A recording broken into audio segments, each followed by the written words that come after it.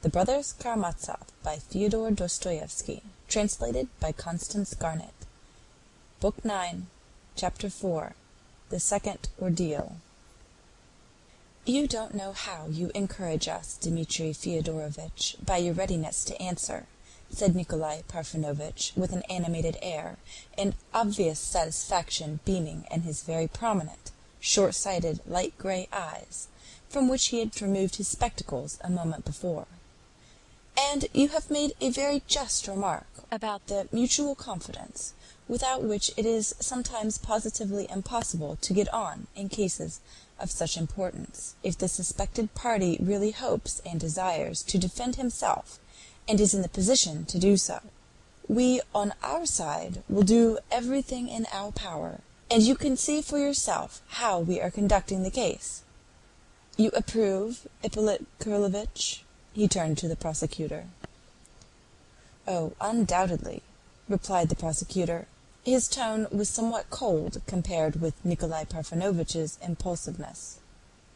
I will note once for all that Nikolai Parfenovitch, who had but lately arrived among us, had from the first felt marked respect for Ippolit Kirillovitch, our prosecutor, and had become almost his bosom friend. He was almost the only person who put implicit faith in Ippolit Kirillovitch's extraordinary talents as a psychologist and orator, and in the justice of his grievance. He had heard of him in Petersburg. On the other hand, young Nikolai Parfenovitch was the only person in the whole world whom our unappreciated prosecutor genuinely liked. On their way to Mokrow they had time to come to an understanding about the present case, and now as they sat at the table, the sharp-witted junior caught and interpreted every indication of his senior colleague's face, half a word, a glance, or a wink. "Gentlemen, only let me tell my own story, and don't interrupt me with trivial questions, and I'll tell you everything in a moment," said Mitya excitedly. "Excellent, thank you. But before we proceed to listen to your communication, will you allow me to inquire as to another little fact of great interest to us? I mean the 10 roubles you borrowed yesterday at about 5 o'clock on the security of your pistols from your friend Pyotr Ilyitch Perhotin." "I pledged them, gentlemen. I pledged them for 10 roubles. What more? That's all about it. As soon as I got back to town, I pledged them." "You got back to town? Then you had been out of town?" "Yes, I went on a journey of 4 versts into the country. Didn't you know?" The prosecutor and Nikolai Parfenovitch exchanged glances. "Well, how would it be if you began your story with a systematic description of all you did yesterday, from the morning onwards? Allow us, for instance, to inquire why you were absent from the town, and just when you left, and when you came back. All those facts." "You should have asked me like that from the beginning," cried Mitya, laughing aloud. "And, if you like, we won't begin from yesterday, but from the morning of the day before. Then you'll understand how, why, and where I went. I went the day before yesterday, gentlemen, to a merchant of the town called Samsonov to borrow 3,000 roubles from him on safe security. And it was a pressing matter, gentlemen. It was a sudden necessity." "Allow me to interrupt you," the prosecutor put in politely. "Why were you in such pressing need for just that sum, 3,000? "Oh, gentlemen, you don't need to go into details how, when, and why just so much money, and not so much money, and all that rigmarole. Why, it'll run to 3 volumes, and then you'll want an epilogue." Mitya said all this with the good-natured but impatient familiarity of a man who is anxious to tell the whole truth and is full of the best intentions. "Gentlemen," he corrected himself hurriedly, "don't be vexed with me for my restiveness, I beg you again. Believe me once more, I feel the greatest respect for you and understand the true position of affairs. Don't think I'm drunk. I'm quite sober now. And besides, being drunk would be of no hindrance. It's with me, you know, like the saying, when he is sober, he is a fool. When he is drunk, he is a wise man. But I see, gentlemen, it's not the proper thing to make jokes to you, till we've had our explanation, I mean. And I've my own dignity to keep up, too. I quite understand the difference, for the moment. I am, after all, in the position of a criminal, and so, far from being on equal terms with you, and it's your business to watch me. I can't expect you to pat me on the head for what I did to Grigory, for one can't break old men's heads with impunity. I suppose you'll put me away for him for 6 months, or a year perhaps, in a house of correction. I don't know what the punishment is, but it will be without loss of my rank, won't it? So you see, gentlemen, I understand the distinction between us. But you must see that you could puzzle God himself with such questions. How did you step? Where did you step? When did you step? And on what did you step? I shall get mixed up if you go on like this, and you will put it all down against me. And what will that lead to? To nothing. And even if it's nonsense I'm talking now, let me finish, and you, gentlemen, being men of honor and refinement, will forgive me. I'll finish by asking you, gentlemen, to drop that conventional method of questioning. I mean, beginning from some miserable trifle, how I got up, what I had for breakfast, how I spat, and where I spat, and so distracting the attention of the criminal, suddenly stun him with an overwhelming question, whom did you murder? Whom did you rob? Ha! That's the regulation method. That's where all the cunning comes in. You can put peasants off their guard like that, but not me. I know the tricks. I've been in this service, too. You're not angry, gentlemen. You'll forgive my impertinence?" he cried, looking at them with a good nature that was almost surprising. "It's only Mitya Karamazov, you know, so you can overlook it. It would be inexcusable in a sensible man, but you can forgive it in Mitya." Nikolai Parfenovitch listened, and laughed too. Though the prosecutor did not laugh, he kept his eyes fixed keenly on Mitya, as though anxious not to miss the least syllable, the slightest movement, the smallest twitch of any feature of his face. "That's how we've treated you from the beginning," said Nikolai Parfenovitch, still laughing. "We haven't tried to put you out by asking how you got up in the morning, and what you had for breakfast. We began indeed with questions of the greatest importance." "I understand. I saw it and appreciated it, and I appreciate still more your present kindness to me, an unprecedented kindness worthy of your noble hearts. We three here are gentlemen, and let everything be on the footing of mutual confidence between educated, well-bred people, who have the common bond of noble birth and honor. In any case, allow me to look upon you as my best friends at this moment of my life, at this moment when my honor is assailed. That's no offense to you, gentlemen, is it?" "On the contrary, you've expressed all that so well, Dmitri Fyodorovitch," Nikolai Parfenovitch answered with dignified approbation. "And enough of those trivial questions, gentlemen, all those tricky questions," cried Mitya enthusiastically, "or there's simply no knowing where we shall get to, is there?"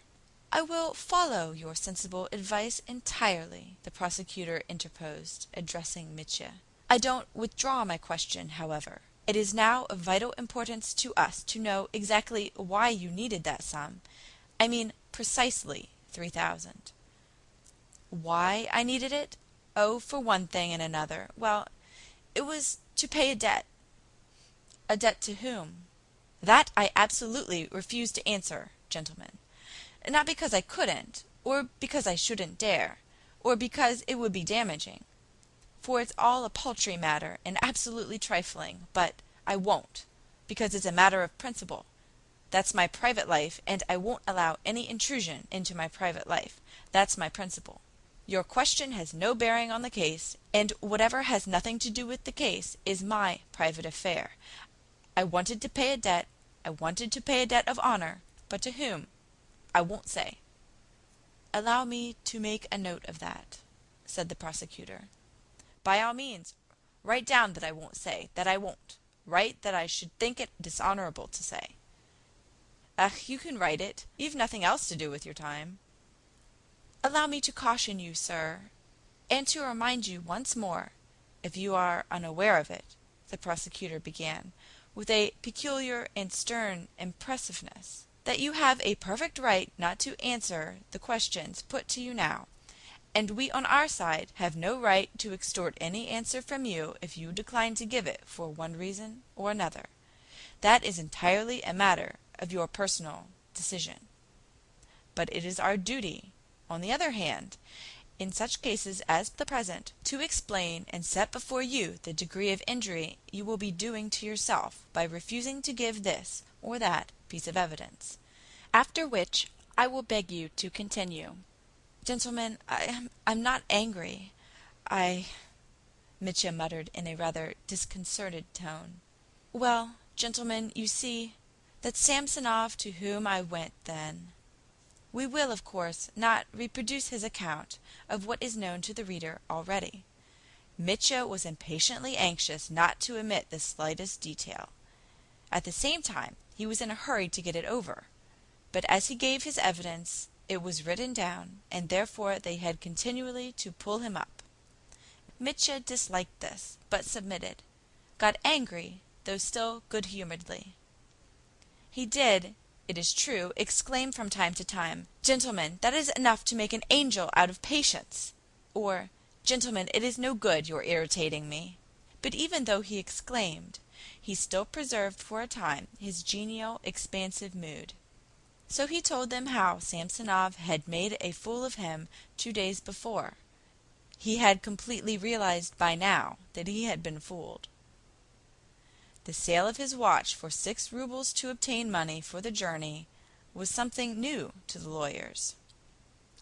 They were at once greatly interested, and even, to Mitya's intense indignation, thought it necessary to write the fact down as a secondary confirmation of the circumstance that he had hardly a farthing in his pocket at the time. Little by little, Mitya began to grow surly. Then, after describing his journey to see Legave, the night spent in the stifling hut, and so on, he came to his return to the town. Here he began, without being particularly urged, to give a minute account of the agonies of jealousy he endured on Grushenka's account. He was heard with silent attention. They inquired particularly into the circumstance of his having a place of ambush in Maria Kondratyevna's house at the back of Fyodor Pavlovitch's garden to keep watch on Grushenka, and of Smerdyakov's bringing him information. They laid particular stress on this, and noted it down. Of his jealousy he spoke warmly and at length, and though inwardly ashamed at exposing his most intimate feelings to public ignominy, so to speak, he evidently overcame his shame in order to tell the truth. The frigid severity with which the investigating lawyer, and still more the prosecutor, stared intently at him as he told his story disconcerted him, at last, considerably. That boy, Nikolai Parfenovitch, to whom I was talking nonsense about women only a few days ago, and that sickly prosecutor are not worth my telling this to, he reflected mournfully. It's ignominious. Be patient, humble, hold thy peace. He wound up his reflections with that line. But he pulled himself together to go on again. When he came to telling of his visit to Madame Holikov, he regained his spirits, and even wished to tell a little anecdote of that lady which had nothing to do with the case. But the investigating lawyer stopped him, and civilly suggested that he should pass on to more essential matters. At last, when he described his despair and told them how, when he left Madame Holikov, he thought that he'd get 3,000 if he had to murder someone to do it, they stopped him again and noted down that he had meant to murder someone. Mitya let them write it without protest. At last he reached the point in his story when he learned that Grushenka had deceived him and had returned from Samsonov's as soon as he left her there, though she had said that she would stay there till midnight. If I didn't kill Fenya then, gentlemen, it was only because I hadn't time. broke from him suddenly at that point in his story. That, too, was carefully written down. Mitya waited gloomily and was beginning to tell how he ran into his father's garden when the investigating lawyer suddenly stopped him, and opening the big portfolio that lay on the sofa beside him, he brought out the brass pestle. "Do you recognize this object?" he asked, showing it to Mitya. "Oh, yes," he laughed gloomily. "Of course I recognize it. Let me have a look at it. Damn it, never mind." "You have forgotten to mention it," observed the investigating lawyer. "Hang it all, I shouldn't have concealed it from you. Do you suppose I could have managed without it? It simply escaped my memory." "Be so good as to tell us precisely how you came to arm yourself with it." "Certainly I will be so good, gentlemen." And Mitya described how he took the pestle and ran. "But what object had you in view in arming yourself with such a weapon?" "What object? No object. I just picked it up and ran off." "What for, if you had no object?" Mitya's wrath flared up. He looked intently at the boy and smiled gloomily and malignantly. He was feeling more and more ashamed at having told such people the story of his jealousy so sincerely and spontaneously. "Bother the pestle!" broke from him suddenly. "But still—" "Oh, to keep off dogs! Oh, because it was dark, in case anything turned up."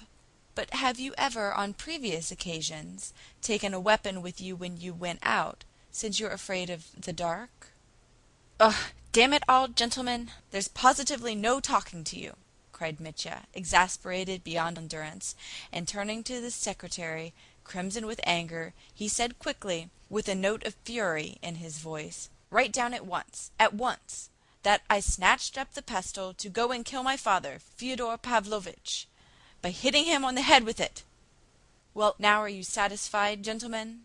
Are your minds relieved?" he said, glaring defiantly at the lawyers.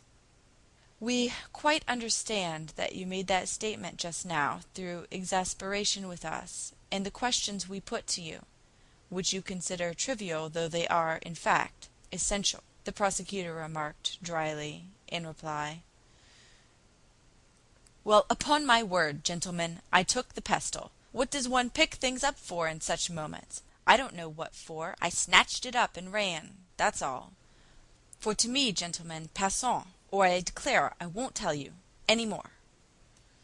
He sat with his elbows on the table and his head in his hand.